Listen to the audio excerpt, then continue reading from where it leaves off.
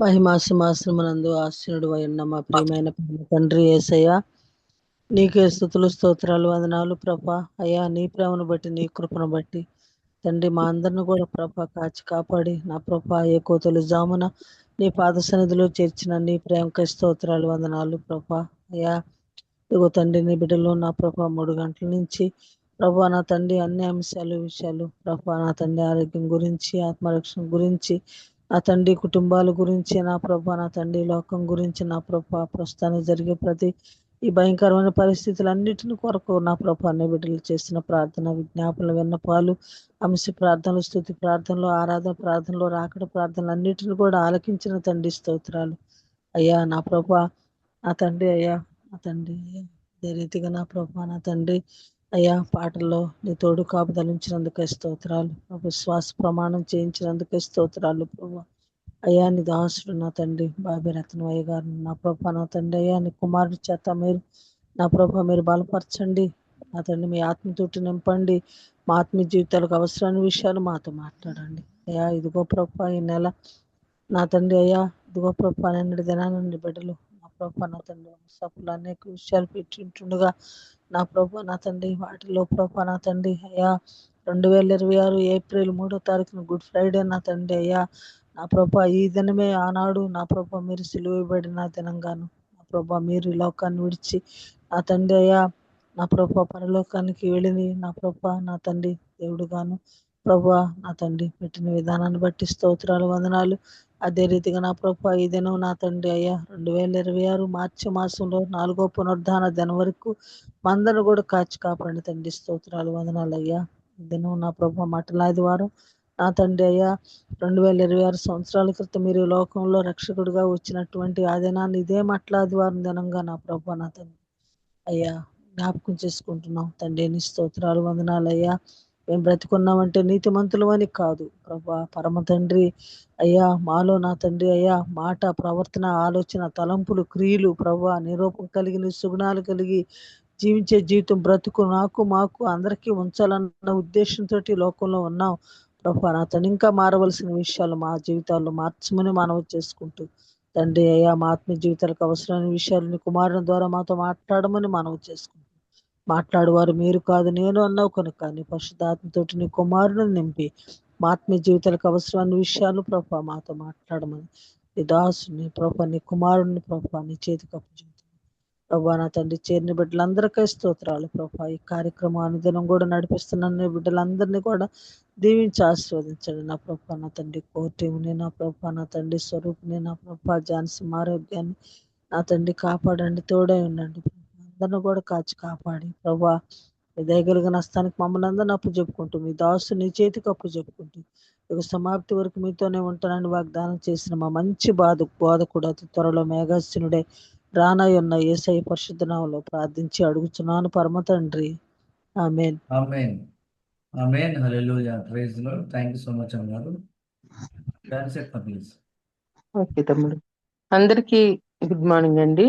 ఈరోజు మన మధ్యలో వాక్యం అందించడానికి బాబీ అన్న సిద్ధంగా ఉన్నారు. వారిని పరిచయం చేయటం గౌరవంగా భావిస్తున్నాను. మధురమైన ఆశ్చర్యకృప రక్షించే దోషినైన నన్ను ఇంతదనకు సురక్షితముగా తెచ్చిన ఆ కృపే దరిచేరేదాకా కాచును. సుపరిచితమైన ఈ పాటలోని మాటలే బాబీ రత్నాకర్ గారి పరిచయము. రుచిగల ఫుడ్, స్నేహితులు, వేదాంత విద్య, తత్వశాస్త్రం అనగా బాబీ గారికి మక్కువ. సుందరమైన సాగర తీర నగరం విశాఖపట్నంలో వారి నివాసము. మరి ప్రతి ఆదివారం అన్న మనకి వాక్యాన్ని బోధిస్తున్నారు. ప్రేమతో వారిని ఆహ్వానిస్తున్నాను. గుడ్ మార్నింగ్ అన్న, వెల్కమ్ అన్న. గుడ్ మార్నింగ్ అమ్మా. నా వాయిస్ వినిపిస్తుందండి? వినిపిస్తుంది అన్న. గుడ్ మార్నింగ్ అమ్మా. థ్యాంక్స్ అమ్మా. అందరికీ గుడ్ మార్నింగ్ అండి. ప్రైజ్ ది లార్డ్ అండి. చేరువచ్చిన ప్రతి ఒక్కరికి, అలాగే యూట్యూబ్ లో వింటున్న ప్రతి ఒక్కరికి కూడా ప్రభు అయిన యేసుక్రీస్తు నామములో శుభములు, కృతజ్ఞతలు, వందనములు తెలియజేసుకొచ్చున్నానండి. మరి ఈరోజు లాస్ట్ సండే ఏమైతే మనం ధ్యానం చేసుకున్నామో ఆ టాపిక్ మరొకసారి జ్ఞాపకం చేసుకుందామని నేను తలంచుకుంటున్నాను. అది చాలా గంభీరమైన విషయాలు మనము ఆ యొక్క గ్రంథంలో నుంచి కొన్ని పాయింట్స్ ప్యూరిటాన్స్ వారి యొక్క జీవితంలో యేసుక్రీస్తు యొక్క రక్తం యొక్క ప్రాధాన్యత, the blood of Christ in the piety of puritans అని చెప్పి మనం ఆ యొక్క టాపిక్ లో కొన్ని అంశాలు మీతో పంచుకొని ఉన్నాను. అవి మరి ఒకసారి జ్ఞాపకం చేసుకుందాం. సమయం అనుకూలిస్తే ఇంకా కొన్ని విషయాలు దాంట్లో మీతో పంచుకుంటాను.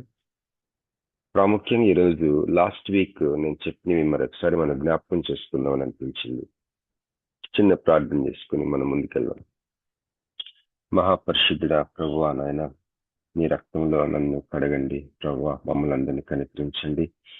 మీ వాక్య పరిచర్య మాకు అనుగ్రహించమని అడుగుచు, ఇప్పుడు వాక్యం ధ్యానం చేసుకుంటుంటే మీ కృప పాలించమని అడుగుచు, యేసుక్రీస్తు నామములో ప్రార్థించి వేడుకొంచున్నాం తండ్రి, ఆమేన్.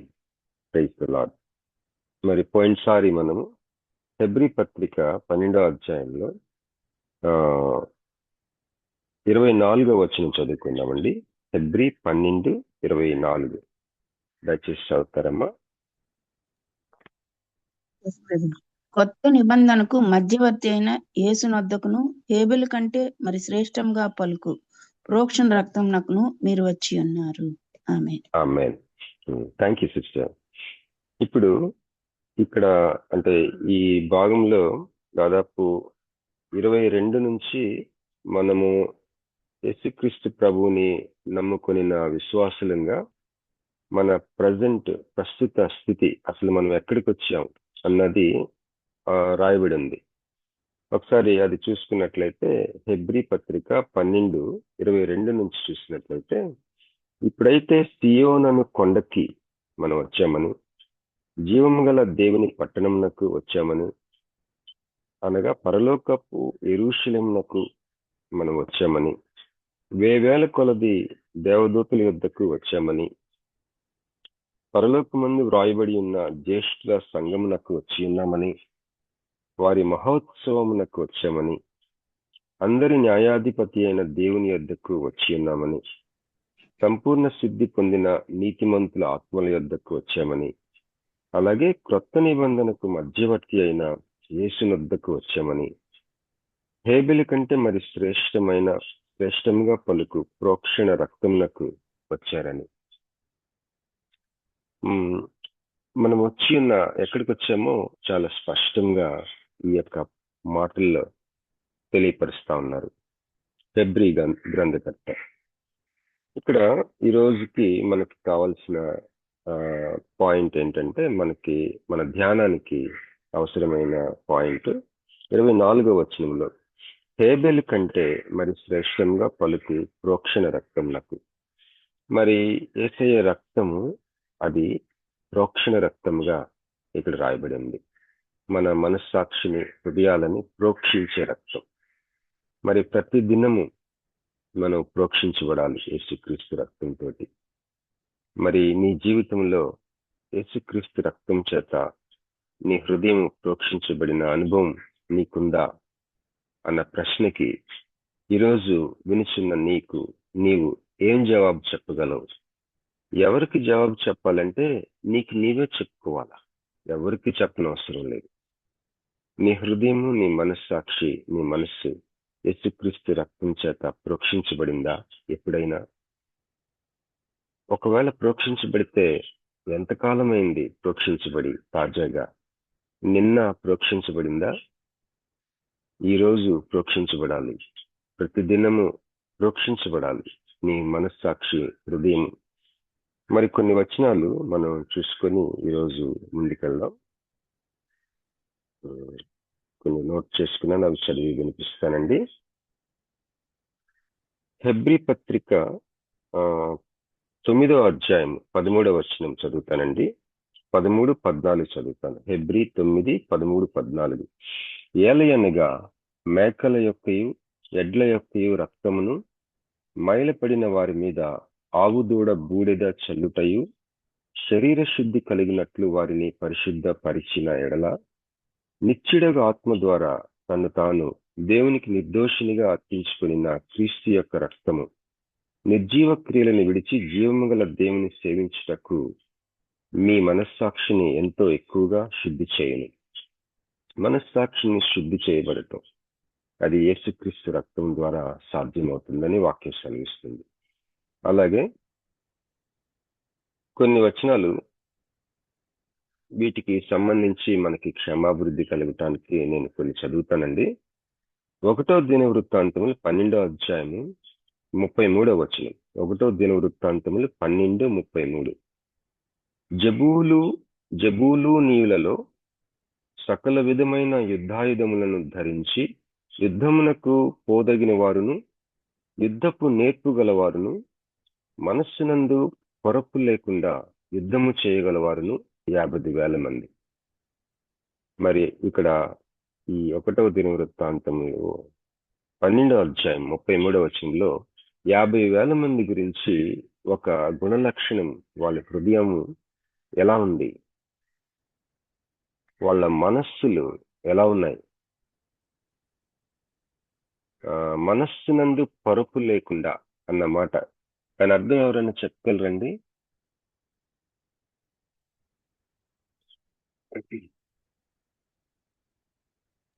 ఎప్పుడైనా ఈ వాక్యం వేషధారణ లేకుండా, అంటే హృదయంలో ఒకటి లేకుండా పెట్టుకొని పైకి ఒకటి కాకుండా. అదండి. Thank you sister. ఇంగ్లీష్ లో ఏముందంటే they were not of double heart అని ఉంది. ద్విమనస్కులు కాదు అని. నీకు డబుల్ హార్ట్ గానుంటే, ద్విమనస్సు ఉంటే, అంటే 2 రకాలైన మనస్తత్వాలు ఉంటే నీలో నువ్వు యుద్ధం చేయలేవు. ఉదాహరణకి మనకి సర్కస్సుల్లో సింహాలను తీసుకొస్తారు. కొన్ని షోస్ లో సింహాలని ప్రజల మధ్యకి తీసుకొచ్చి చూపిస్తుంటారు. సింహం తలుచుకుంటే భయంకరం చేయగలదు అది. కానీ దానికి ఆ తీసుకొచ్చిన వాడు ఏం చేస్తాడంటే ఒకలాంటి కర్ర, ఆ కర్రకి అంచున 2-3 స్టాండ్స్ లాగా ఉంటాయి అన్నమాట. 2-3 ముళ్ళు లాగా ఉంటాయి. ఆ కర్ర ఒకటే ఉండదు. ఆ కర్ర చివరికి వచ్చేసరికి సింహం వైపు చూపించే వైపు ఒక 3-4 కాళ్ళలాగా ఉంటాయి దానికి. అంటే సింహం ఆ యొక్క మనస్సు ఇది గుచ్చుతుందా, ఇది గుచ్చుతుందా, ఇది గుచ్చుతుందా, ఇది గుచ్చుతుందా అని ఈ 4 వైపు చూస్తూ ఉండాల. అప్పుడు దాని మనస్సు ఒక పక్క ఉండదు. మనస్సు అటు ఇటు వెళ్తూ ఉంటుంది అనమాట. అందువలన అంత క్రూరమైన జంతువు కూడా ఏం చేయలేకుండా గమ్మునుంటది. అంత బలమైన సింహము ఏమి చేయలేకుండా గమ్మునుండాలంటే దాని మనస్సు ఏక మనస్సుగా ఉండకూడదు. ఈరోజు నీ మనస్సు, నా మనస్సు ఎలా ఉంది? మనస్సునందు పరుపు లేకుండా యుద్ధము చేయగలవారు 50,000 మంది ఉన్నారండి. నీ యొక్క హృదయము చాలా ముఖ్యమైనది.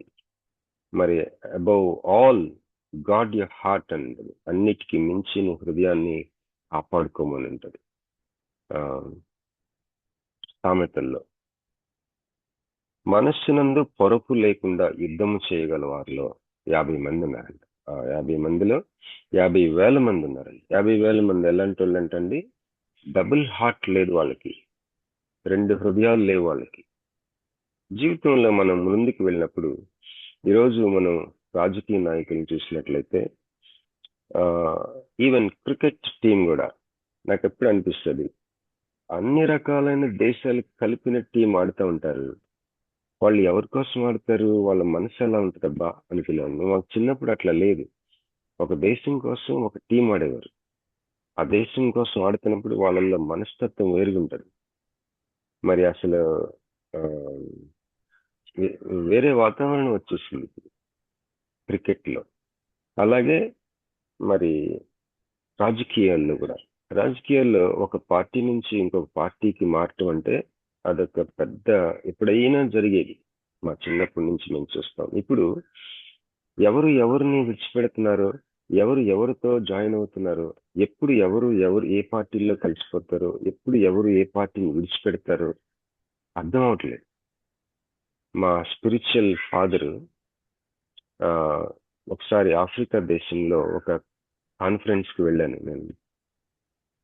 ఆ కాన్ఫరెన్స్ ఏంటంటే అది కేవలం క్రైస్తవ నాయకులకి మాత్రమే కాదు, కానీ అన్ని మతాల యొక్క నాయకులకి, అలాగే కొంతమంది దేవుడు లేడని అనుకుంటారు కదా, వాళ్ళకి కూడా, నాస్తికులకు కూడా. కానీ ఖచ్చితంగా నాయకులై ఉండాలి వారి కోసమే. లంచ్ టైంలో నా యొక్క ఆత్మీయ తండ్రి ఒక సెషన్ తీసుకుంటా ఉన్నప్పుడు ఒక నల్లజాతి ఒక నాయకుడు లేచి నిలబడి, సార్ రాజకీయాలంటే ఏంటి అని అడిగాడు. అది జరిగిన పట్టణం అడిస్ అబబా, ఇథియోపియా దేశపు రాజధాని. అడిస్ అబబా అనేది క్యాపిటల్ సిటీ. దాంట్లో ఒక చర్చ్లో పెట్టారు మీటింగ్. ఆ చర్చ్లో స్టేజ్ మీద ఉన్న ఆ యొక్క జెండాలన్నీ కూడా ఆ దేశపు ప్రధానమంత్రి ఆఫీస్ నుంచి తీసుకొచ్చి అక్కడ పెట్టారు డెకరేషన్ కోసం. పెద్ద పెద్ద నాయకులు ఉన్నారు. వాళ్ళల్లో ఒక ఆయన లేచి అడిగాడు, వాట్ ఈస్ పాలిటిక్స్ అని అడిగాడు. అడిగితే రాజకీయాలంటే ఏంటి అని అడిగితే అందరూ ఉత్కంఠతో ఎదురు చూస్తూ ఉన్నారు, ఏం చెప్తారా అని. ఒక్క మాట చెప్పాడు ఆయన, ఏంటంటే రాజకీయాలంటే స్నేహబంధాలు, పాలిటిక్స్ మీన్స్ ఫ్రెండ్షిప్స్ అని చెప్పాడు. పాతకాలపు చింతకాయ పచ్చలాగా అనిపిస్తూ ఉండొచ్చు, కానీ నిజమే. రిలేషన్షిప్స్, ఫ్రెండ్షిప్సే రాజకీయాలంటే. మనం ఏమి తీసుకుపోతాం అని కానీ వాళ్ళకి అనిపిస్తే నిజంగా పోరాటాలు మాని ఫ్రెండ్షిప్స్ తోటి ఆ యొక్క వాతావరణంలోకి వస్తే భలే బాగుంటుంది. వాజ్పేయి గారి గురించి ఒక మాట విన్నాను నేను. వాజ్పేయి గారు ప్రధానమంత్రి అయిన తర్వాత ఆ యొక్క పార్లమెంటరీ భవనంలోనూ మరి ప్రధానమంత్రి ఆఫీస్లోనూ నెహ్రూ గారి ఫోటో ఉండిందంట. బీజేపీ గవర్నమెంట్ కదా వచ్చిందని చెప్పేసి మరి ఆ స్టాఫ్ ప్రధానమంత్రి వాజ్పేయి గారికి ఇష్టమవుతుందో లేదని ఆ కాంగ్రెస్ పార్టీకి చెందిన ఆ నాయకులు కదా వీళ్ళని చెప్పి ఆ నెహ్రూ గారి ఫోటో తీసేశారు. ఆయన ఒక రోజు నడుచుకుంటూ వెళ్తా ఉంటే ఆ ఫోటో కనపడలేదండి. అప్పుడు ఆయన అడిగారంట, ఎందుకు తీసేశారు ఈ ఫోటో, పెట్టేసేయండి మళ్ళీ అని. మనకి సిద్ధాంతపరమైన విభేదాలు ఉండొచ్చు, కానీ వ్యక్తిగత విభేదాలు ఏమీ లేదు. వ్యక్తిగతంగా మనం స్నేహితులమే అందరం అని చెప్పాడంట వాజ్పేయి గారు. కనుక ఇక్కడ మరి ఈ రోజుల్లో ఏకమనస్సు లేని హృదయాలతోటి పోరాడటం అన్ని రంగాల్లో మనం చూస్తాం. ముఖ్యంగా మన సంఘాల్లో మరి నాయకుల మధ్య ఈ యొక్క మనస్సునందు పొరపు లేకుండా యుద్ధము చేయగలవారు 50,000 మంది ఉన్నారు. మనం యుద్ధం చేసేది నిజానికి మనుషులతో కాదని చెప్పి వాక్యం సెలవిస్తుంది కదా. మనుషుల్లో ఈవిల్ పీపుల్ ఉంటారు, అంటే చెడ్డవారు ఉంటారు. వాళ్ళు వెనుక ఈవిల్ స్పిరిట్స్ ఉంటాయి. మరి చెడ్డవారు ఈవిల్ పీపుల్ మనకి ట్రబుల్ ఇస్తూ ఉన్నప్పుడు మనము, నా మట్టుకు నేనేమనుకుంటానంటే, మనము సాధ్యమైనంత వరకు మనల్ని మనం కాపాడుకుంటా ఉంటాం, డిఫెన్స్ మోడ్లో ఉంటాం. మనం ఎప్పుడు కూడా ముందుగా కోర్టు కేసులు వేయకూడదు.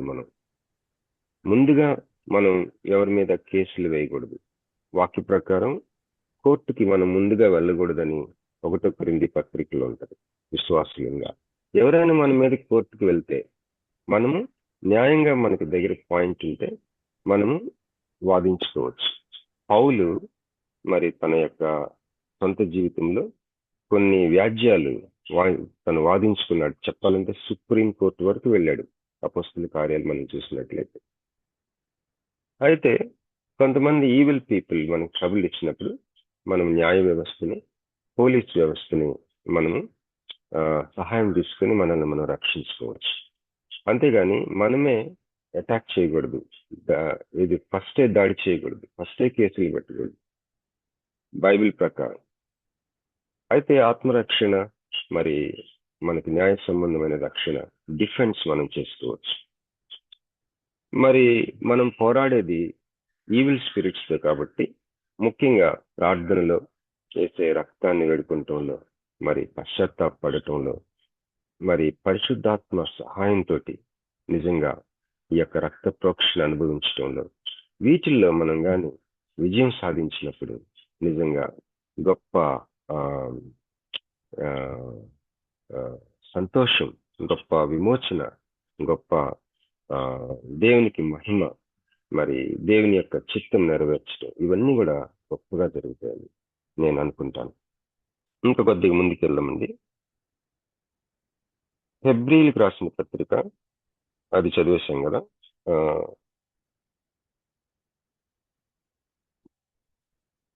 యోహాను సువార్త 13వ అధ్యాయం 10వ వచనం చదువుతానండి. యోహాను 13:10. యేసు అతన్ని చూచి, స్నానము చేసిన వాడు పాదములు తప్ప మరేమీ కడుగుకొననక్కర్లేదు, అతడు కేవలము పవిత్రుడయ్యను. మీరును పవిత్రులు, కానీ మీలో అందరూ పవిత్రులు కారలేదు. ఇక్కడ పేతురుకి యేసు ప్రభు వారికి జరుగుతున్న ఆ యొక్క సంభాషణలో ఒకసారి ఆ వాక్యం 9వ వచనం నుంచి చదువుతారమ్మా ఎవరైనా? యోహాను 10:9.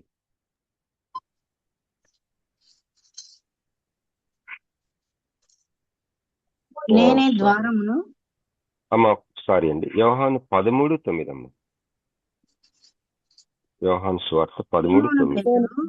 సీమోను పేతురు, ప్రభువా, నా పాదములు మాత్రమే కాక నా చేతులు, నా తల కూడా కడుగుమని ఆయనతో చెప్పాను. యేసు అతని చూచి, స్నానం చేసిన వాడు పాదములు తప్ప మరేమీ కడుక్కొననక్కర్లేదు, అతడు కేవలము పవిత్రుడయ్యను. మీరును పవిత్రులు, కానీ మీలో అందరూ పవిత్రులు కారనెను. ఆమె ఇక్కడ ఏంటంటే సందర్భం, యేసుప్రభు వారు శిష్యుల పాదములు కడగటం. అప్పుడు పేతురు ఒప్పుకోడు. నీవేంటి నా కాళ్ళు కడగటం అని పేతురు ఒప్పుకోడు. 8వ వచనం చూసినట్లయితే, పేతురు, నీవెన్నడూను నా పాదములు కడగరాదని ఆయనతో అనెను. అందుకు యేసు, నేను నిన్ను కడగని ఎడల నాతో నీకు పాలు లేదనెను. అప్పుడు పేతురు ఏంటాడంటే, నా పాదములు మాత్రమే కాదు ప్రభువా, చేతులు, తల కూడా కడగమంటాడు. అప్పుడు యేసయ్య ఏం చెప్తాడంటే, యేసు అతను చూచి, స్నానం చేసిన వాడు పాదములు తప్ప మరేమీ కడుక్కొనక్కర్లేదు, అతడు కేవలం పవిత్రుడైన. ఇక్కడ రక్షించబడిన తర్వాత యేసుక్రీస్తుని సొంత రక్షకుడిగా అంగీకరించడం అనేది ఒక స్నానం చేసినతో సమానం అన్నమాట. మనం స్నానం చేసిన తర్వాత మాటికి మనం ఈరోజు ఉదయం స్నానం చేసిన తర్వాత మన చేతులు కాళ్ళు కడుక్కుంటూ ఉంటాం, సాయంత్రం మళ్ళీ స్నానం చేస్తాం కదా. ఇక్కడ ఉదాహరణకు చెప్తా ఉన్నాడు అనమాట. స్నానం చేసింగానే మనం మాటికి ప్రతి 6 గంటకి స్నానం చేయనక్కర్లేదు, ఎందుకంటే మనం స్నానం చేస్తాం. అయితే చేతులు ఎప్పుడైనా మనం ఏదన్నా పట్టుకున్నా, లేకపోతే మనం ఏదన్నా ఒక గిన్నె కడిగామనుకోండి, వెంటనే చేతులు కడుగుతాం. లేకపోతే జస్ట్ బయటకు వెళ్ళి, లేకపోతే కాళ్ళు ఒక చిన్న అటు ఇటు తిరిగినప్పుడు కాళ్ళు, పాదాలు మురికవుతాయి అని కాళ్ళు కడుక్కుంది, అంతేగాని స్నానం చేయం. అట్లా దీనికి అర్థం ఏంటంటే, ఎందుకు చెప్తా ఉన్నారంటే యేసుప్రభు వారు, మనం రక్షించబడ్డాం. యేసుక్రీస్తుని నీ జీవితంలో నువ్వు సొంత రక్షకుడిగా అంగీకరించిన అనుభవం నీకుంటే నువ్వు స్నానం చేసినంత సమానం. ఆ తర్వాత మనం చేయాల్సింది ఏంటంటే, చేతులు కాళ్ళు మాత్రమే కడుక్కుంటే సరిపోతుంది కదా స్నానం చేసినాడు. అలాగే ప్రతిరోజు మనం చేసే దైనందిన జీవితంలో పాపాలు ప్రతిరోజు కడుక్కోవాలి. అది చేతులు కాళ్ళు కడుక్కోవడంతో సమానం అన్నమాట. కనుక నీ జీవితంలో రక్షించబడిన అనుభవం, యేసుక్రీస్తుని సొంత రక్షకుడిగా అంగీకరించినప్పుడు ఏం జరుగుతుందంటే, నీ స్థితి అంతరంగంలో దేవుడు నిన్ను నీతిమంతుడిగా తీర్చిన స్థితి నీకుంటుంది. అది నిత్యం, ఎవర్ లాస్టింగ్ గా నువ్వు జస్టిఫైడ్ పర్సన్, నువ్వు కడగబడిన వాడు. ఒక వ్యక్తి స్నానం చేస్తే ఎట్లాగో అట్లాగా నీ జీవితంలో యేసుక్రీస్తు రక్తం ద్వారా, ఆయన శిలువ మరణం ద్వారా నువ్వు నీతిమంతురాలుగా తీర్చబడిన వ్యక్తివి. ఎప్పుడు నీ జీవితంలో ఎప్పుడైనా ఒక దినము యేసుక్రీస్తుని నీ సొంత రక్షకుడిగా వ్యక్తిగతంగా ఆయన్ని సంధించి నీ పాపాలు ఒప్పుకొని ఆయన రక్తంతో కడగబడిన ఒక దినము నీ జీవితంలో ఉంటే గనక నువ్వు స్నానం చేసిన వ్యక్తితో సమానం. ఆ తర్వాత చేతులు కాళ్ళు కడుక్కుంటాం ఎట్లాగో అలాగా ప్రతిరోజు ఆయన రక్తంతో మన పాపాలు ఏ రోజుకి ఆ రోజు కడుక్కుంటూ అనేది చేతులు కాళ్ళు కడుక్కుంటుందో సమానం. మళ్ళీ స్నానం చేయని అవసరం లేదండి, స్నానం చేసినాడు. అది ఉదాహరణ. అయితే ఇంకొన్ని వాక్యం చూసుకుందాం. 1 యోహాను 3వ అధ్యాయం 16వ వచనం. 1 యోహాను 3:16, 22 వరకు చదువుతానండి, 24 వరకు చదువుతాను. 1 యోహాను 3:16 నుంచి లాస్ట్ వరకు చదువుతానండి. ఆయన మన నిమిత్తము తన ప్రాణము పెట్టెను గనుక దీని వలన ప్రేమ ఎట్టిదని తెలుసుకొంచున్నాము. మనము కూడా సహోదరుల నిమిత్తము మన ప్రాణములను పెట్టబద్దులమై ఉన్నాము. ఈ లోకపు జీవనోపాధి గలవాడయింది తన సహోదరునికి లేమి కలుగుట చూచియు అతని ఎడల ఎంత మాత్రమును కనికరము చూపని వాని యందు దేవుని ప్రేమ ఎలాగు నిలిచును? చిన్నపిల్లలారా, మాటతోనూ నాలుకతోనూ కాక క్రియతోనూ సత్యముతోనూ ప్రేమింతును. ఇందువలన మనము సత్య సంబంధులమని ఎరుగుదును. దేవుడు మన హృదయముల కంటే అధికుడై సమస్తమును ఎరిగి ఉన్నాడు గనుక మన హృదయము ఏ ఏ విషయములలో మన యందు దోషారోపణ చేయునో ఆయా విషయములలో ఆయన ఎదుట మన హృదయములను సమ్మతిపరుచుకును. ఈ వాక్య ప్రకారం 2 విషయాలు మనం గమనించుకోవాలి. మన హృదయము ఏ విషయంలో మన యందు దోషారోపణ చేస్తుందో గమనించుకోవాలి. ఆ విషయంలో యేసయ్య ఎదుట మన హృదయాలను సమ్మతిపరచుకోవాలట. అలా సమ్మతిపరుచుకున్న తర్వాత నీ హృదయము, నువ్వు ఎప్పుడైతే యేసుక్రీస్తు ఎదుట నీ హృదయం నీ మీద చేస్తున్న దోషం ఆరోపణలన్నింటినీ కూడా సమ్మతి చేసుకుంటావో, వాటిని ఒప్పుకొని యేసే రక్తంతో కడుక్కుంటావో, ఆ తర్వాత నీ హృదయం ఇంకా దోషం ఆరోపణ చేయట్లేదు అనుకోండి నీ మీద, అప్పుడు ఒక విషయం గుర్తుపెట్టుకోవాలి, మన హృదయం కంటే అధికుడైన దేవుడు అన్న సంగతి. మన హృదయము దోషారోపణ చేసే స్థితి ఒకటి. అది సమ్మతిపరుచుకున్నాక మనం ఉండవలసిన స్థితి ఏంటంటే, అమ్మో నా హృదయం ప్రస్తుతం నా మీద దోషారోపణ చేయటం లేదు, కానీ నా హృదయం కంటే అధికుడైన దేవుడు ఉన్నాడు అని మనం ఆయన ఎడల ఒక స్థితి కలిగి ఉండాలి. ప్రియులారా, మన హృదయము మన యందు దోషారోపణ చేయని ఎడల దేవుని ఎదుట ధైర్యం గల వారు మగుదుము. మరియు మనం ఆయన ఆజ్ఞలను గైకొనుచు ఆయన దృష్టికి ఇష్టమైనవి చేయుచున్నాం గనుక మనమేమి అడిగినను అది ఆయన వలన మనకు దొరుకును. ఆయన ఆజ్ఞ ఏదనగా, ఆయన కుమారుడైన యేసుక్రీస్తు నామమును నమ్ముకొని ఆయన మనకు ఆజ్ఞనిచ్చిన ప్రకారంగా ఒకరినొకడు ప్రేమింపవలెనన్నదియే.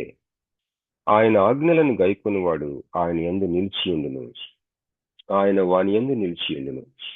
ఆయన మన యందు నిలిచి ఉన్నాడని ఆయన మనకు అనుగ్రహించిన ఆత్మ మూలముగా తెలుసుకుంటున్నాము. ప్రియులారా, మనకు ఈ వాగ్దానములు 24వ వచనం వరకు చదివానండి. ఇప్పుడు 2 కొరింథీ 7వ అధ్యాయం 1వ వచనం చదువుతానండి. 2 కొరింథీ 7:1. ప్రియులారా, మనకు ఈ వాగ్దానములు ఉన్నవి కనుక దేవుని భయముతో పరిశుద్ధతను సంపూర్తి చేసుకొనుచు శరీరమునకు ఆత్మకు కలిగిన సమస్త కల్మషం నుండి మనలను పవిత్రులుగా చేసుకున్నాము. ప్రియులారా, మనకు ఈ వాగ్దానములు ఉన్నవి కనుక దేవుని భయముతో పరిశుద్ధతను సంపూర్తి చేసుకొనుచు. పరిశుద్ధతను సంపూర్తి చేసుకుంటాం అనేది మన విశ్వాస యాత్రలో ఒక అనుభవం. పరిశుద్ధతను సంపూర్తి చేసుకొనుచు. Having therefore these promises, dearly beloved, let us cleanse ourselves from all filthiness of the flesh and spirit, perfecting holiness in the fear of God. Holiness ని, పరిశుద్ధతని సంపూర్తి చేసుకుంటాం.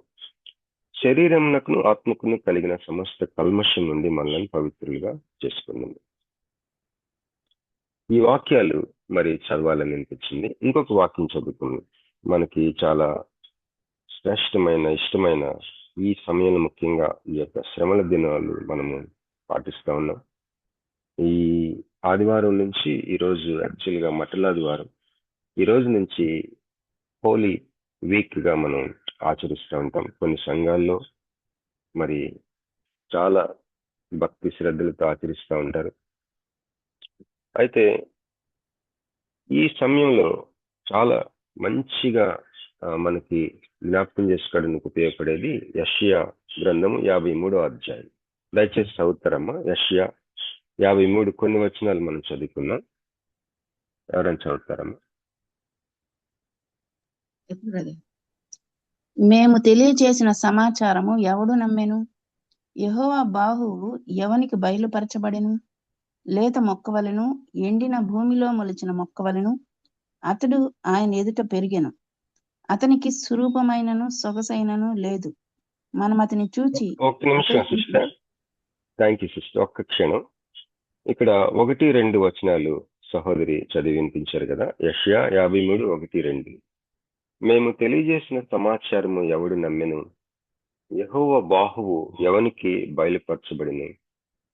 లేత మొక్క వలెను, ఎండిన భూమిలో మొలిచిన మొక్క వలెను అతడు ఆయన ఎదుట పెరిగెను. చూశారండి, ఇక్కడ యేసుప్రభు వారి జీవితం గురించి ప్రవక్త అయిన యెషయా దాదాపు 800 సంవత్సరాల క్రితమే ఆయన ప్రవచిస్తా ఉన్నాడు ఒక వ్యక్తి గురించి. ఆయన మెస్సయ్య, యేసుక్రీస్తు ప్రభు. యేసుక్రీస్తు ప్రభు అనుభవించిన ఆ యొక్క ఒంటరితనం ఇక్కడ మనం చూస్తాం. యేసుక్రీస్తు ప్రభులో ఒక పాయింట్ ఉంది. ఆయనలో న్యాయబద్ధమైన ఒక గ్రహింపు ఉంది. ఆయన జీవితానికి ఒక సంకల్పం ఉంది. ఆయన దేవుని కుమారుడని ఆయన తెలుసు. ఆయన వాక్యమని తెలుసు. మరి మన గ్రూప్ లోని నేను మొన్న ఒక వీడియో పెట్టాను, షార్ట్ వీడియో. మీలో ఎంతమంది అది చూడగలిగారు? అదేంటంటే యేసుక్రీస్తు ప్రభువుని వాక్యము అని అన్నారు. మరి ముఖ్యంగా యోహాను సువార్తలో ప్రారంభ ఆ యొక్క ఫస్ట్ చాప్టర్ ఫస్ట్ వచనంలో ఏముంటుందంటే, ఆదియందు వాక్యముండెను, వాక్యము దేవుని యొద్ద ఉండెను, వాక్యము దేవుడై ఉండెను. ఎందుకు యేసుక్రీస్తు ప్రభువుని వాక్యము అన్నారు అని అంటే, మరి దానికి ఉదాహరణ చెప్పాడు. ఆ రోజుల్లో ఈ యొక్క తత్వశాస్త్రము నిపుణులు, ఆ యొక్క గొప్ప ఆత్మిక ఆలోచన జ్ఞానులు యోహాను భక్తుడి టైంలో ఆ ఫిలాసఫర్స్ వాళ్ళు ఏమనుకున్నారంటే, మనిషికి వెనుక ఒక లాజిక్ ఉంది, ఒక రీజనింగ్ ఉంది, ఒక తర్కం ఉంది, ఒక సంకల్పం ఉంది, ఒక ఉద్దేశం ఉంది మనిషి జీవితానికి అని వాళ్ళు తలంచారు. ఇప్పుడు దాని పేరే లోగోస్. ఇక్కడ గ్రీక్ భాషలో ఏ విధంగా రాయబడిందంటే, ఉదాహరణకి ఆదియందు లోగోస్ ఉండెను, ఆదియందు వాక్యం ఉండెను, ఆ లోగోస్ దేవుని యొద్ద ఉండెను, వాక్యము దేవుని యొద్ద ఉండెను, ఆ లోగోస్ దేవుడై ఉండెను అని ఉంది.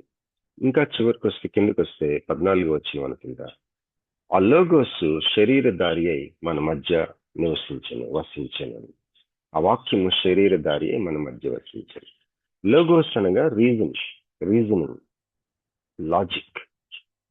2 ఉదాహరణలు చెప్పాడు మనకి తేలిగ్గా అర్థం అవడానికి. ఉదాహరణకి మన చేతి గడియారం తయారు చేసిన ఆ యొక్క ఉద్దేశం చూస్తే, రీజన్ ఆర్ లాజిక్ ఏంటంటే, అది మనకి సమయాన్ని చెప్పేది. మన టైం చెప్పడానికి, టైం కోసం మనం తయారు చేయబడింది అది. అంతేగాని దాన్ని తీసుకొని ఒక సుత్తిలాగా వాడలేం. మనం చేతి గడియారం తీసుకుని దేన్నైనా కొట్టామనుకోండి, అది పగిలిపోతుంది. అసలు చేతి గడియారం తయారు చేసిన ఉద్దేశం అది కాదు, అసలు లాజిక్ అది కాదు, దాని రీజన్ అది కాదు. అలాగే మరి మన కొన్ని దేశాల్లో ఇప్పుడు మనకేమో వేడి, భారతదేశంలో మనం ముఖ్యంగా సమ్మర్ సీజన్లో ఏసీలు వాడతాం. కానీ మీలో కొంతమంది సిమ్లాకి వెళ్ళిన, డార్జిలింగ్ వెళ్ళినా, లేకపోతే ఊటీ వెళ్ళారనుకోండి, లేకపోతే వేరే చలి దేశాలకు వెళ్ళి ఉండొచ్చు. మీలో అక్కడ రూమ్ హీటర్స్ ఉంటాయి. మనకి చల్లగా రూమ్ని ఎలా ఉంచుతాయో వేడి ఎప్పుడు, అలాగే బయట అంతా చల్లగా ఉందనుకోండి, ఇంట్లో కొద్దిగా వెచ్చగా ఉండటానికి రూమ్లో హీటర్స్ ఉంటాయి. జస్ట్ లైక్ ఏసీ లాగా ఉంటుంది, అది కూడా ఒక పక్కన ఉంటుంది. అది ఆన్ చేసుకుంటే రూమ్ అంతా కూడా మరి ఐస్ లాగా ఫీల్ అవ్వకుండా కొద్దిగా వెచ్చగా ఉంటుంది అనమాట.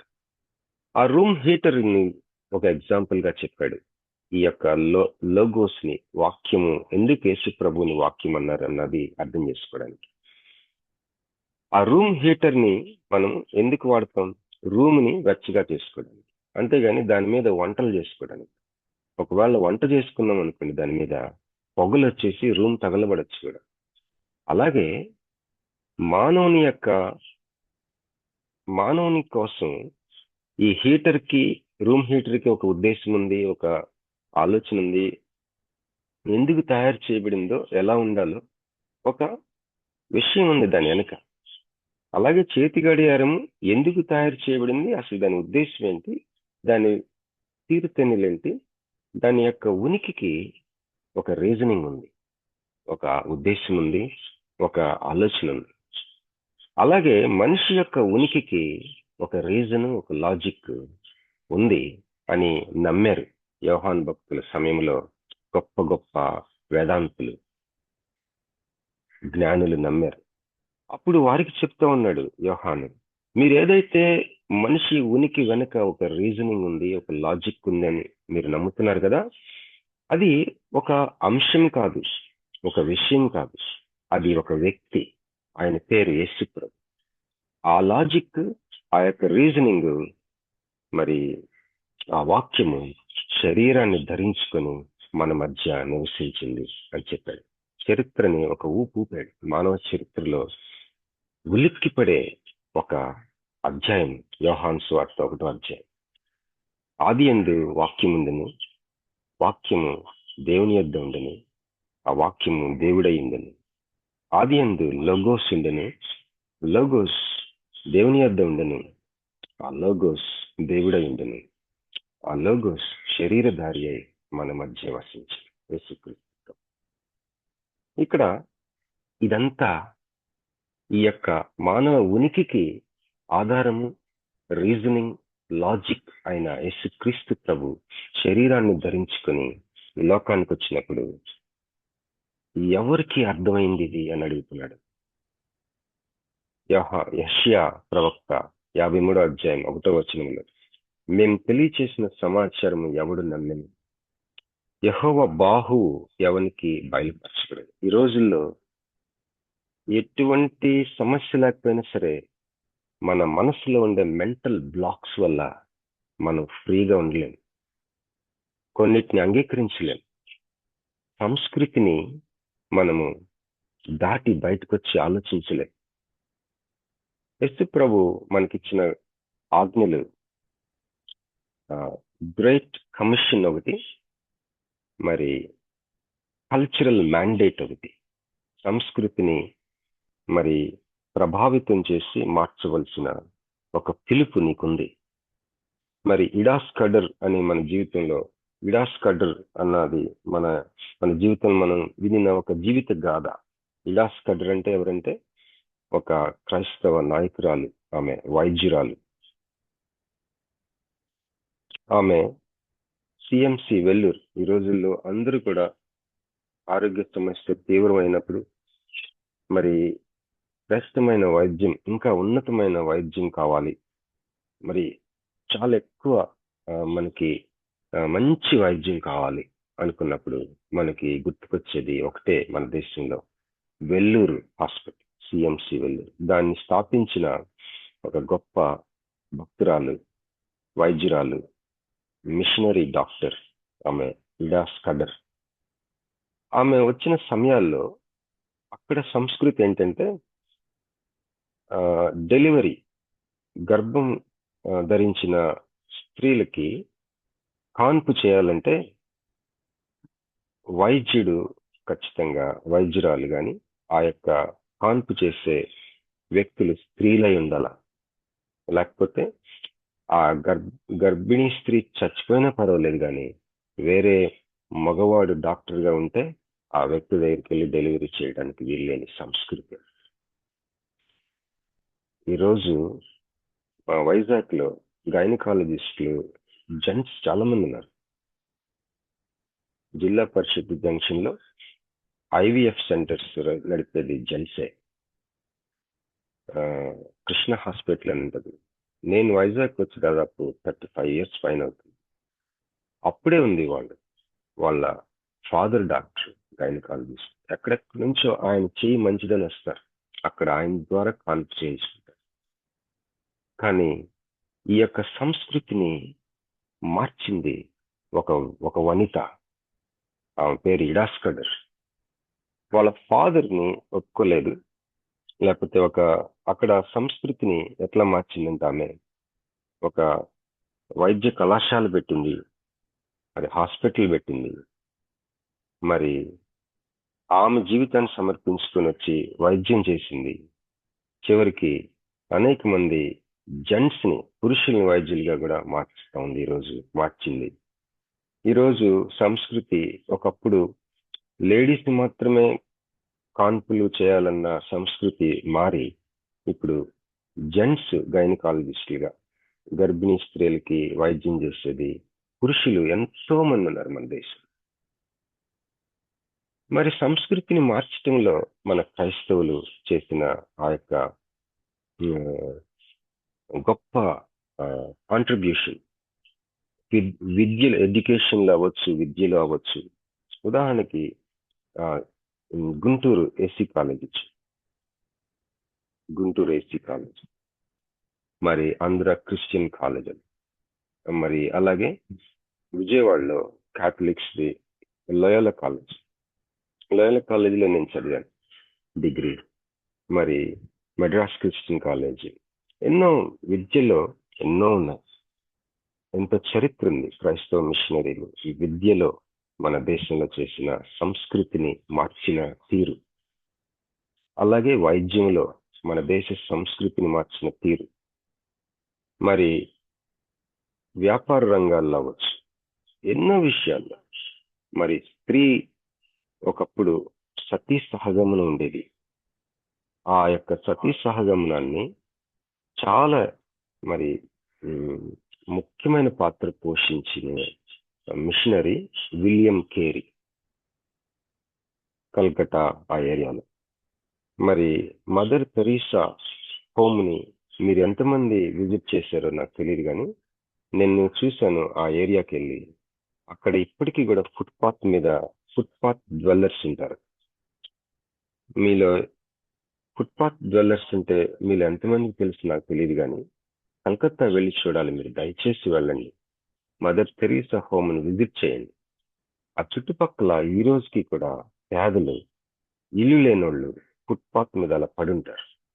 వాళ్ళ ఇల్లు ఫుట్పాత్, వాళ్ళ స్నానాలు ఫుట్పాత్, వాళ్ళు తినేది ఫుట్పాత్ మీద, వాళ్ళు పిల్లలు ఫుట్పాత్ మీద ఉంటారు, వాళ్ళ సమస్తం ఫుట్పాత్ మీద.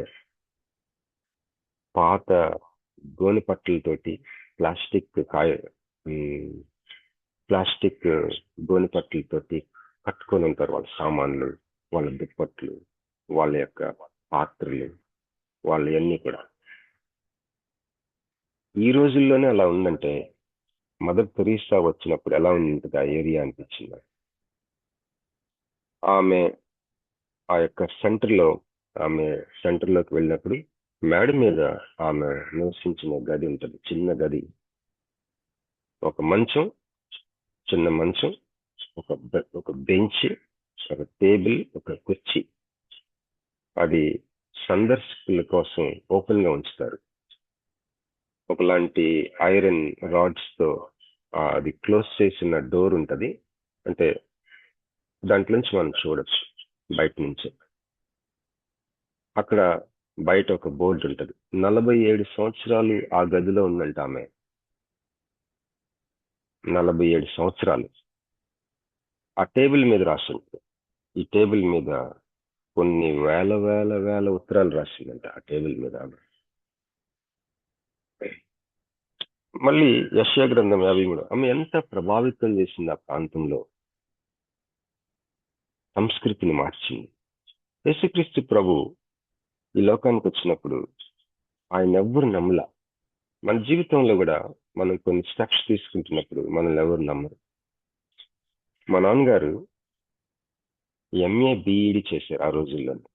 నవనీత్ రాజు గారు ఆయన పేరు, చీరాల్లో. మరి చాలా మంచి వ్యక్తిగా, అనేక మందికి ఒక ఆత్మీయ తండ్రిగా ఉంది. అనేక మంది హృదయాల్లో వారి సొంత తండ్రి తర్వాత రాజమాష్ గారు నా తండ్రి తర్వాత తండ్రి అన్న ముద్ర, చెరగని ముద్ర వేసుకున్న వ్యక్తి మా ఫాదర్. మరి ఆనంద్ రాజన్ అని ఒక అన్న ఉంటాడు. ఆయన వరంగల్ రీజనల్ ఇంజనీరింగ్ కాలేజ్కి ఆయన రిజిస్ట్రార్ గా చేశారు. ఇప్పుడు అది దాని పేరు మార్చారు కదా, ఎన్ఐటి అంటున్నట్టున్నారు దాన్ని. అన్న ఒకసారి అన్నాడు, చీరాల్లో ఆ యొక్క సంఘ చరిత్ర గాని రాస్తే ఆ బుక్ లో ప్రతి పేజీ మీద రాజమాష్ గారి పేరు ఉండాలి. ఆ అన్నని ఒక మెంటర్ గా మరి మా ఫాదర్ తన హృదయంలో నిలిచి ఉన్న వ్యక్తి. ఎందుకు చెప్తున్నానంటే మా ఫాదర్ గురించి, మరి మున్సిపల్ హై స్కూల్లో ఆయన మాస్టర్ గారుగా చేసి చివరి 3 సంవత్సరాల పైన ఆ స్కూల్ కి హెడ్ మాస్టర్ గా చేసి రిటైర్ అయ్యారు మా ఫాదర్. చీరాల్లో 3 హై స్కూల్స్ ఉంటాయి. ఒక హై స్కూల్లో 3 years పైన చివరిలో హెడ్ మాస్టర్ గా చేసి రిటైర్ అయ్యారు. ఆయన ఇంగ్లీష్, సోషల్ స్టడీస్ టీచ్ చేసేవారు. ఆయన ఏం చేసేవారంటే, స్కూల్ 4-4:30 అయిపోగానే అక్కడ స్టూడెంట్స్ అందరినీ వెళ్ళిపోబాకండి, మీరందరూ రండి అని చెప్పి కూర్చోబెట్టి వాళ్ళందరికీ గ్రామర్ చెప్పేవారు, ఇంగ్లీష్ గ్రామర్. మరి వాళ్ళల్లో చాలా మంది ఫీజులు కట్టలేకపోతా ఉంటే, మరి తనకి కాస్త ఫైనాన్షియల్ మేనేజ్మెంట్ అంత వచ్చేది కాదు నాకులాగే. ఆయన తనకున్న చిన్న స్థితిలోనే వాళ్ళకి ఎట్లా కొట్ట ఫీజులు కట్టి జాయిన్ చేసి, ఇక్కడ వైజాగ్ లో ఒక ఎంఆర్ఓ ఉన్నాడు, శ్యామ్ తన పేరు శ్యామ్, చీరాల నుంచి వచ్చి. స్వరూప్ ఒకసారి అయినా శ్యామ్ అన్నని కలుద్దాం మనం అని తీసుకెళ్ళాడు. అప్పుడు శ్యామ్ ఇక్కడ పెందుర్తి ఏరియాలో ఎంఆర్ఓగా పనిచేస్తున్నప్పుడు నేను వెళ్ళాను అనమాట. వెళ్తే ఆఫీస్ బయటకు వచ్చి రోడ్డు మీద నా కోసం ఎదురు చూస్తున్నాడు ఎంఆర్ఓ గారు. ఎప్పుడైతే ఎంఆర్ఓ ఎదురు చూస్తున్నాడో అందరు స్టాఫ్ అందరు బయటకు వచ్చి చూస్తా ఉన్నారు. ఇంతబ్బా ఇంత ఎప్పుడో చీరాల్లో నేను చిన్నప్పుడు కలిసి తను. సరే కూర్చోబెట్టాడు, కూర్చోబెట్టి మాట్లాడుతూ ఉంటే అప్పుడు చెప్తున్నాడు, బాబీ ఈరోజు నేను ఎంఆర్ఓగా ఈ చైర్లో కూర్చున్నానంటే మీ డాడీ మీ మమ్మీ వల్ల. నేను ఇంకా 10th క్లాస్ రాయలేక, నా దగ్గర డబ్బులు లేక నేను ఇంకా ఆపేద్దాం అనుకున్నప్పుడు మీ మమ్మీ మీ డాడీ రాజమాష్ గారు నాకు సహాయం చేసి నన్ను ప్రోత్సహించి నేను 10th క్లాస్ ముగించేటట్టు చేశారు అని చెప్పి కళ్ళల్లో నీళ్లు పెట్టుకున్నాడు. మరి ఒక 40 సంవత్సరాల తర్వాత ఈ స్టోరీ వింటున్నాం. ఆ 40 సంవత్సరాల ముందు మా ఫాదరు ఆ బాబుకి సహాయం చేస్తున్నప్పుడు ఎవరు నమ్మింటారు? మా అమ్మ విసుక్కునేది, ఎందుకు నీకు ఇవన్నీ అనేది, లేకపోతే ఇలాంటి విషయాలు నీకెందుకు? మా నాన్నకి మేమేం చదువుతున్నాం కూడా తెలిసేది కాదు. ఎవరైనా అడిగితే వీడు 4వ క్లాస్ అనుకుంటా, 5వ క్లాస్ అనుకుంటా అని చెప్పాడు. మా ఫాదరు బయట అంతా ఇన్వాల్వ్ అయిపోయారు. వాళ్లే నా కుటుంబం అనుకుని వాళ్ళ జీవితాల్లో అల్లుకుపోయారు. ఇక్కడ మా ఫాదరు గ్రామర్ చెప్పినప్పుడు 10th క్లాస్ డ్రాప్ అవుట్స్ కోసం ఒక కార్యక్రమాలు చేసేవారు. చీరాల్లో ఉన్న కొంతమంది పెద్ద మనుషులతో కలిసి 10th క్లాస్ వేరియస్ రీజన్స్ వల్ల రాయలేక ఉండిపోయిన వాళ్ళు, పనుల్లోకి వెళ్ళిపోయిన వాళ్ళు పట్టుకొచ్చి సాయంత్రాలు వాళ్ళకి ట్యూషన్ చెప్పి వాళ్ళ చేత 10th పాస్ అయ్యేవారు. 10th సర్టిఫికెట్ చేతిలో ఉంటే దేనికో దానికి వెళ్ళొచ్చు అని ఒక ఆలోచనతో చేసి, మరి సంస్కృతిని ప్రభావితం చేసిన అనేక మందిలో చిన్న వానపాము లాంటి వ్యక్తి మా ఫాదర్. మీలో కూడా చాలా మంది చేస్తూ ఉండొచ్చు. అయితే మనం చేస్తున్నప్పుడు, మనం సంస్కృతిని ప్రభావితం చేయడానికి మనం పూనుకున్నప్పుడు మనల్ని ఎవరు నమ్మరు. ఎందుకు నమ్మరో కూడా వాళ్ళకే తెలియదు. ఇక్కడ అదే మాట అంటున్నాడు యెషయా 53 యేసు ప్రభు గురించి. మేము తెలియజేసిన సమాచారము ఎవడు నమ్మిను? యెహోవా బాహు ఎవనికి బయలుపరచబడిను? లేత మొక్క వలెను ఎండిన భూమిలో మొలిచిన మొక్క వలెను ఆయన ఎదుట పెరిగింది. అక్కడ ఎగ్జాంపుల్, ఒక ఎండిన భూమి ఉంది, దాంట్లో లేత మొక్క ఎలా ఉంటుందో, ఆ ఎండిన భూమిలో మొలిచిన మొక్క ఎట్లా ఉంటుందో అలాగా యేసు ప్రభు వారు తన అంతరంగంలో మనస్తత్వంలో అలాంటి ఒంటరితనం అనుభవించి ఆయన హ్యూమన్ ఎగ్జిస్టెన్స్ కి రీజన్, హ్యూమన్ ఎగ్జిస్టెన్స్ కి ఒక లాజిక్ ఆయనే. ఆయన శరీరధారి మన మధ్య వసించినప్పుడు ఎవరు నమ్మలే. ఎవరైతే దేవుని ప్లాన్ లో ఉన్నారో వాళ్ళు నమ్మారు. అతనికి ఆ స్వరూపమైనను సొగసైనను లేదు.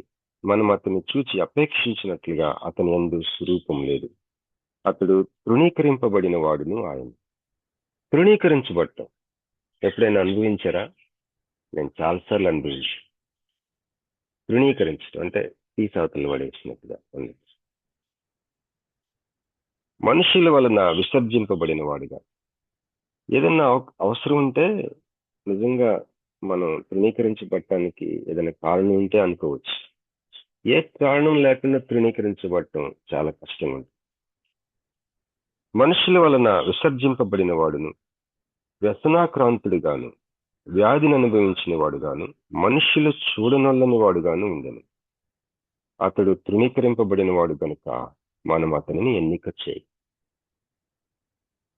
అందరూ పట్టించుకోవట్లేదు కాబట్టి మనకు కూడా ఎందుకు వచ్చింది గొడవ, మనం కూడా పట్టించుకోకుండా ఉంటే బాగుంటుందని అనుకున్నారంట యేసు ప్రభు టైంలో. యేసయ్యను చాలా మంది పెద్దలు, పరిసయ్యులు, జ్ఞానులు, సద్దుకయ్యులు, మరి శాస్త్రులు, యేసు ప్రభు చుట్టాలు, యేసు ప్రభు ఓన్ బ్రదర్స్ అండ్ సిస్టర్స్, మరి ఎక్స్టెండెడ్ ఫ్యామిలీస్, ఆ ఊరి వారు, చర్చి పెద్దలు, ప్రధాన యాజకులు, వీళ్ళందరూ ఏమనుకున్నారంట, ఇతడు తృణీకరింపబడినవాడు కదా జనరల్ గా, కనుక ఎన్నిక చేయలేదంట. 4వ వచనం, నిశ్చయంగా అతడు మన రోగములను భరించెను, మన వ్యసనములను వహించెను. మన రోగాలు, మరి మన గతంలో కూడా ఒకసారి చెప్పాను కదండి, చాలా కాలం వైద్య శాస్త్రము 2 కలిపి ఉండేయంట. ఏ 2? మానసిక వైద్య శాస్త్రము, శారీరక వైద్య శాస్త్రం, అంటే psychology and physician. Psychologist, psychiatrist and physician, ముగ్గురు కలిపి ఒక డాక్టరే ఉండేవాడు చాలా కాలం. కానీ ఎందు నిమిత్తమో మానసిక వైద్యాన్ని, శారీర సంబంధమైన వైద్యాన్ని, శరీరానికి చేసే వైద్యమును, మనసుకి చేసే వైద్యాన్ని రెండింటిని వేరు చేశారంట చరిత్రలో ఒక దగ్గర, ఒక సమయంలో. అప్పటి నుంచి స్వస్థత, మనుషులు, రోగాలు ఇవన్నీ కూడా కానీ తీరుతెన్నులు మారిపోయాయి. మనం అనుభవించే అనేకమైన రోగాలు, జబ్బులకి చాలా మట్టుకు కారణం మన మనసే. సణుక్కుంటా ఉంటాం, గొనుక్కుంటా ఉంటాం, సరిగ్గా సంతోషం ఉండలేం. సంతోషమే సగం బలం అని నానుడి. మరి ఒకలాంటి దిగులు, మరి ముఖ్యంగా భయం, ఇవన్నీ మనసుకి సంబంధించి ఒత్తిడి.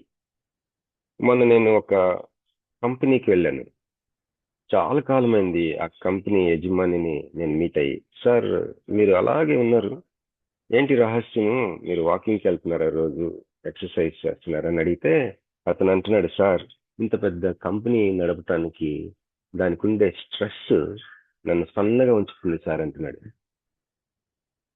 మానసిక ఒత్తిడి, ఇవన్నిటిని పక్కకు పెట్టేసి కేవలం శరీరానికి వైద్యం అందిస్తే ఎట్లా?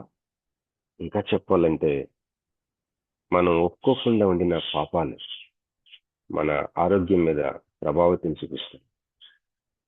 అయితే ఇక్కడ 4వ వచనంలో మన రోగాలు యేసు ప్రభు భరించాడని, మన వ్యసనములను ఆయన వహించాడని.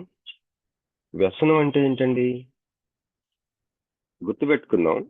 వ్యసనం అంటే ఇంకా లోతైన బాధ. బాగా బాధ ఎక్కువైనప్పుడు ఏదో ఒక వ్యసనానికి గురవుతాడు వ్యక్తి. డిప్రెషన్కి, చాలా నిరాశ నిస్పృహలకి గురైనప్పుడు చాలా రకరకాలైన వ్యసనాలకు గురవుతారు. కొంతమంది తాగుతారు, కొంతమంది ఎక్కువగా తింటారు, కొంతమంది సినిమాలు చూస్తారు, కొంతమంది ఫ్రెండ్స్తో గడుపుతారు, కొంతమంది మాదక ద్రవ్యాలకి గురవుతారు, కొంతమంది ఏదైనా సరే ఎక్కువగా చేస్తుంటారు. కాఫీ ఎక్కువ తాగుతారు, సిగరెట్స్ తాగుతారు కొంతమంది. వ్యసనాలు. మన వ్యసనములను వహించని ఆయనను మొత్తబడిన వానిగాను, దేవుని వలన బాధింపబడిన వానిగాను, శ్రమనొందిన వానిగాను మనం అతనిని ఎంచుకుని. Yesu Prabhu is the most misunderstood person, especially in his own times. ఆయన సమకాలికులు ఆయన్ని మిస్అండర్స్టాండ్ చేసుకున్నారు. ఆయన్ని రకరకాల వేరే వేరే పర్సన్స్ అనుకున్నారు. యాక్చువల్గా ఆయన చేస్తుంది ఏంటంట, మన రోగములను భరిస్తా ఉన్నాడు, మన వ్యసనములను వహించను. 5వ వచనం, మన అతిక్రమ క్రియలను బట్టి అతడు గాయపరచబడెను, మన దోషములను బట్టి నలగొట్టబడెను. అతిక్రమ క్రియలు అంటే ఇంగ్లీష్లో ట్రాన్స్గ్రెషన్స్. అవి క్రియలు, వాటి కోసం ఆయన గాయపరచబడ్డాడు. మరి మన దోషములను బట్టి నలగొట్టబడి. దోషం అంటే ఏంటంటే సరిగ్గా ఆలోచించలేని స్థితి, పర్వర్స్ థింకింగ్ లో ఉన్న ఫాల్ట్, ఆలోచన విషయం. అది మన మైండ్కి సంబంధించింది. మన దోషములను బట్టి నలగొట్టబడింది, మన సమాధానార్థమైన శిక్ష అతని మీద పడిన, అతడి పొందిన దెబ్బల చేత మనకు స్వస్థత కలుగుచున్నది. ఆమేన్. మరి ఈరోజు ఉపోద్ఘాతానికే సరిపోయిన సమయం, 6:30 అయింది. ఉపోద్ఘాతం అంటే ఈ వాక్యాలు చదువుదామనిపించింది నాకు. మరి నేనైతే గంభీరమైన మెసేజ్ ఇవ్వాలని నాకు అనిపించదు, కానీ మరి దేవుని ఆత్మతో టచ్లో ఉండి మెసేజ్ ఇవ్వాలనిపిస్తుంది నాకు. అందువలన చిన్న ప్రయత్నం చేస్తూ ఉంటాను. రానున్న రోజుల్లో దేవుని చిత్త ప్రకారం దేవుడు ఎప్పుడు అవకాశం ఇస్తే అప్పుడు మరొకసారి ఈ ప్యూరిటాన్స్ యొక్క భక్తి జీవితంలో యేసుక్రీస్తు రక్తం అన్న అంశం పోయిన ఆదివారం చెప్పాను. వాటిలో కొన్ని జ్ఞాపకం చేద్దామని తలంచి మొదలు పెట్టాను, కానీ ఇలాగా ఇంతవరకు చెప్పిన వాక్య భాగాల్లో కొన్ని అంశాలు మరి మనకందరికి క్షమాభివృద్ధి కలుగజేస్తాయి అన్న తలంపుతో షేర్ చేసుకున్నాను. అయితే ఈ ప్యూరిటాన్ థియాలజీ అనే ఒక బుక్ ఉంది నా దగ్గర, కిండిల్ వర్షన్లో. దాంట్లో ఒక చాప్టర్ స్టార్ట్ చేశాం మనం. దాంట్లో ఇంకా కొంత చదివాను, నేర్చుకున్నాను. అది ఎంత అంటే మామూలుగా ఏదో నేర్చుకున్నానని చెప్తే సరిపోయే విషయాలు కాదు. అవి చాలా నేర్చుకున్నానని చెప్పే ధైర్యం కూడా ఉండటానికి అవకాశం లేని విషయాలు, అంత గంభీరమైన విషయాలు అవి. కనుక మీతో పంచుకుంటాను, కేవలం మీతో కలిసి నేర్చుకునే వాళ్ళలాగా. రానున్న సండేస్ కానీ ఏదన్నా గ్యాప్స్లో కానీ మీలో వీలైతే ఎవరైనా ఈ బుక్ కొనుక్కొని చదవమని ప్రోత్సహిస్తున్నాను. ప్యూరిటాన్ థియాలజీ చాలా వండర్ఫుల్ బుక్ అది. ఈ రోజుల్లో చాలా మంది ఆ యొక్క గొప్ప భక్తుల యొక్క వారి భక్తిని, వారి ఆలోచనని, వారు నేర్చుకున్న విషయాల్ని పాటించడానికి ఇంట్రెస్ట్ చూపిస్తున్నారు ప్రపంచం నలుమూలల్లో కూడా. దేవునికి స్తోత్రం. 6:32 అయింది, నేను ఇక్కడ ఆపుతానండి. Thank you so much for joining. ఒక చిన్న మాట అండి, మీలో దయచేసి మీరు ఒక్క విషయం ఆలోచించండి. మరి ప్రతిరోజు మనం మేలు పొందుతున్నాం, మన సాక్ష్యాల్లో కూడా చెప్తున్నాం కదా, ఒక్కరిని జాయిన్ చేయలేరా? Can you bring 1 in your life? ఎవరినన్నా ఒక్కరిని ప్రోత్సాహపరిచి బలవంతం చేసి జాయిన్ చేయండి. ఒక రేడియో లాగా పెట్టుకొని వినమనండి తెల్లవారు. మన సహోదరులు 3 గంటల నుంచి ప్రార్థన చేస్తున్నారు మన కోసం. కనుక దయచేసి ఒక్కరిని ఈ ప్రపంచంలో, మన దేశంలో, మన రాష్ట్రంలో, మీ ఊర్లో, మీ మీ జిల్లాలో, మీ రాష్ట్రంలో, మీ కంట్రీలో, ఈ ప్రపంచంలో నీవు జాయిన్ చేయలేని ఒక్క పర్సన్ కూడా లేరా? నువ్వు జాయిన్ చేయగలిగిన పర్సన్ ఒక్కరు కూడా లేరా? ఆలోచించండి. నీవు పొందుతున్న మేలు ఇంకొకరికి ఇవ్వవా? దయచేసి ప్రభు పేరిట మిమ్మల్ని బ్రతిమాలుస్తున్నాను. ఒక్కరిని జాయిన్ చేయండి. రేపటి నుంచి ప్రోత్సహించండి, బలవంతం చేయండి. ఒకసారి జాయిన్ అయ్యి చూడమనండి. రేపు డాక్టర్ శాంసంగ్ సుజిత్ గారు మాట్లాడతారు. మరి దేవుని దేవుళ్ళ చాలా మంచి శ్రేష్టమైన స్పీకర్స్ దేవుడు మనకు అనుగ్రహిస్తూ ఉన్నారు. మనం మేలు పొందుతున్నాం. నిజానికి ఇది 5వ సంవత్సరం దేవుని మహాకృపను బట్టి. 2021 సంవత్సరం స్టార్ట్ చేసుకున్నాం. ఎంత మేలు పొందాం కదా. ఈ మేలుని కృతజ్ఞతతోటి ప్రభువుకి మనం స్తుతులు అర్పిస్తా ఉన్నాం. కానీ ఒక్కరిని జాయిన్ చేయటంలో మనం చొరవ చూపించట్లేదు. దయచేసి ఆ యొక్క విషయంలో కూడా మీరు పూనుకోవాలని ప్రభు పేరిట బ్రతిమాలుతున్నాను. అదేవిధంగా మీ అందరూ ప్రార్థన చేసిన రీతిగా బాపట్ల మా యొక్క వదిన గారి అల్లుడి గారు ఈరోజు జాయిన్ అయ్యారు. రత్నమంజుల గారు బాపట్ల. వారి అల్లుడి గారికి యాక్సిడెంట్ అయింది. మీ అందరికీ తెలుసు, అక్టోబర్ నెల లాస్ట్ ఇయర్. ఇప్పుడు ప్రజెంట్ ఏంటంటే తనకి ముంబైలో ఒక ప్రత్యేకమైన ఆపరేషన్ చేశారు. చాలా సక్సెస్ఫుల్ గా జరిగింది. మొట్టమొదటిగా తనని కూర్చోబెట్టారు. ఆఫ్టర్ 3 months తర్వాత 4 months, 4th month ఇది కుర్చీలో కూర్చోబెట్టారు. తనకి సెన్స్ ఏమి తెలియట్లేదు, కానీ చాలా వరకు బెటర్ గా అనిపిస్తుంది. ఫొటోస్ పెట్టాను గ్రూప్ లోని. మీలో ఎవరైనా సరే గ్రూప్ లో ఇంకా జాయిన్ అయిపోతే మన వాట్సాప్ గ్రూప్ లో జాయిన్ అవ్వమని ప్రోత్సహిస్తున్నానండి. Thank you. మరి థ్యాంక్ యూ ఫర్ ప్రేయింగ్. ఆ బాబు పేరు కిరణ్, తన భార్య పేరు దివ్య.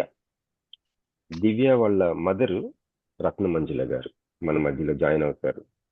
వారి కోసం ప్రార్థన చేయాల్సిన కోరుచున్నాను. ఓవర్ టు సిస్టర్ ప్రసిద్ధ గారు. Thank you. Praise lord brother.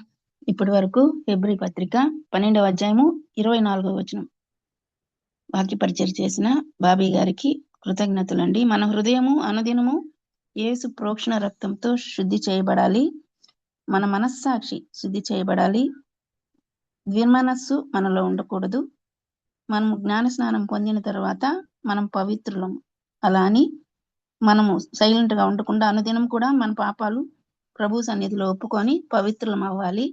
మన హృదయం ఏ విషయంలో మన యందు దోషారోపణ చేస్తుందో ఆ ప్రతి విషయంలో కూడా దేవుని ఎదుట మన హృదయాలని సమ్మతిపరుచుకోవాలి. దేవుని భయంతో పరిశుద్ధతను సంపూర్తి చేసుకోవాలి.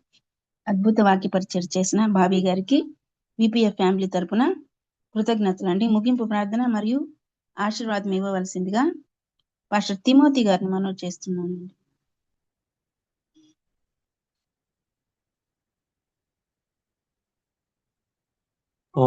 గారు ముగింపు ప్రార్థన ఆశీర్వాదం ఇవ్వండి. ముగింపు ప్రార్థన చేయండి అయ్య గారు. అలాగే. పరిశుద్ధుడు అయిన తండ్రి, ప్రేమ కలిగిన ప్రభువా, నీకే వందనాలు స్తోత్రాలు చెల్లిస్తున్నాం.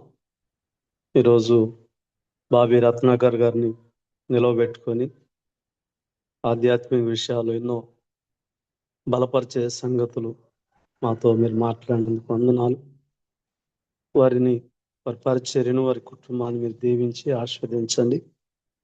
విన్నటువంటి వాక్యం ప్రతి ఒక్కరి హృదయాల్లో ఫలింపజేసి ఆశీర్వదించి మీరు నడిపించి మీరు మహిమ పొందండి. దయగలిగిన తండ్రి వందనాలు. మీకు ఆశీర్వాదాలతో నింపండి.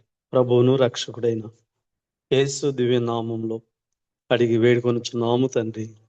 ఆమేన్. పరలోకమందున్న మా తండ్రి, నీ నామం పరిశుద్ధపరచబడుగాక, నీ రాజ్యం వచ్చునుగాక, నీ చిత్తం నెరవేరునుగాక. మాకు కావాల్సినందున ఆహారం నేడు మాకు చేయవారిని క్షమించినట్లు మా అపరాధములను తప్పించండి. రాజ్యము తండ్రి. ఆమేన్. ఆమేన్. ఆశీర్వాదం ఇవ్వండి అయ్య గారు. ఆశీర్వాదం ఇవ్వండి.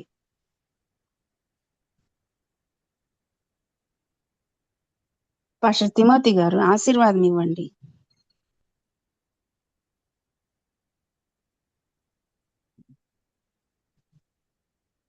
పాల్గొన్న ప్రతి ఒక్కరికి సకల పరిశుద్ధులకు సదాకాలము తోడైంది నడిపించును గాక. ఆమేన్. ఆమేన్. ప్రైజ్ లార్డ్ అయ్య గారు. Praise lord. Praise lord. ముగింపు ప్రార్థన మరియు ఆశీర్వదించిన పాస్టర్ తిమోతి గారికి, అలాగే వాక్య పరిచయం చేసిన బావి గారికి, కూడి వచ్చిన దేవుని బిడ్డలందరికీ కూడా విపిఎఫ్ ఫ్యామిలీ తరపున వందనాలండి. ప్రభు చిత్తం అయితే రేపటి దినాన్ని తిరిగి కలుసుకుందాం. అంతవరకు సెలవు తీసుకుందాం. Praise the lord to all. Madam గారు, చెప్పండి అయ్య గారు. అమ్మా నాది జూమ్ అది గ్రూప్ పోయిందమ్మా. అవునా? పెట్టారు కానీ ఆ రోజు వచ్చింది, మళ్ళీ రాలేదు. ఆహా. నేను కూడా కొంచెం చర్చి వర్కుల్లో నేను చేయలేకపోయినా. నంబరు సేమ్ నంబరా? అవునండి, ఇదే నంబర్ అండి. దీంట్లో చాట్ బాక్స్ లో పెట్టగలుగుతారా? చాట్ బాక్స్ నాకు తెలియదమ్మా. చెప్పేయండి బ్రదర్, నోట్ చేసుకుని చెప్పేయండి. 77 అమ్మా నోట్ చేసుకుంటారా? ఒక్క నిమిషం. జాన్సన్, నేను పంపిస్తానండి బ్రదర్. అలాగేమ్మా. జాన్సన్ దగ్గర ఉంది. అలాగేమ్మా. ఓకేమ్మా, థ్యాంక్ యూ. ఓకే. అలాగే అయ్యారు. Thank you. వందనాలమ్మా. Praise lord to all.